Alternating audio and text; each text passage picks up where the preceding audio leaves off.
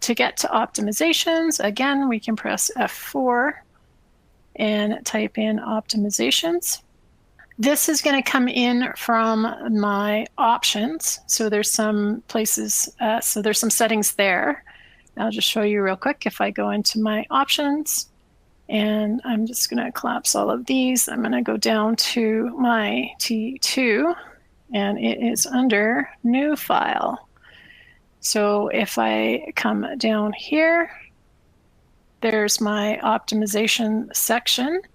And you can set this up in your options so that every time you create a new file or carry forward a file, you will be able to synchronize with this. You don't have to go in and select those optimizations every time. So if typically you want to have discretionary deductions so that there's zero taxable income without creating a loss, you can do that.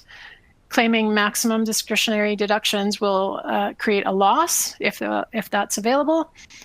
Or you can maximize taxable income, or you can just turn off optimizations altogether. So those settings are available in here. I'm going to close that. And I've got it set up to go ahead and just get my taxable income to zero for this corporation.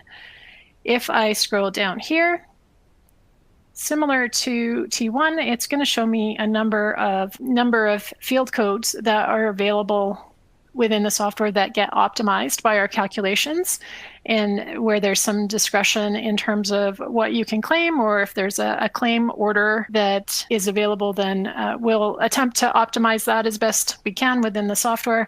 But there may be some other circumstances that we're not aware of that might apply to this particular T2 return.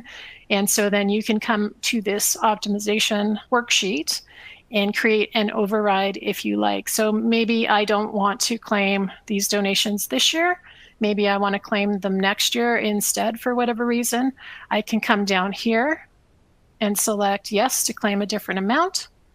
And I can make that zero or some other number in here to claim a different amount.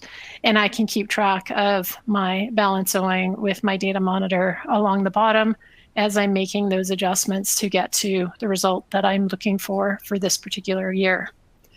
You can also, I showed you where you can adjust your CCA claim on the S8. You can also do that here. It has the same result, and those two fields will sync up when you make the change here as well.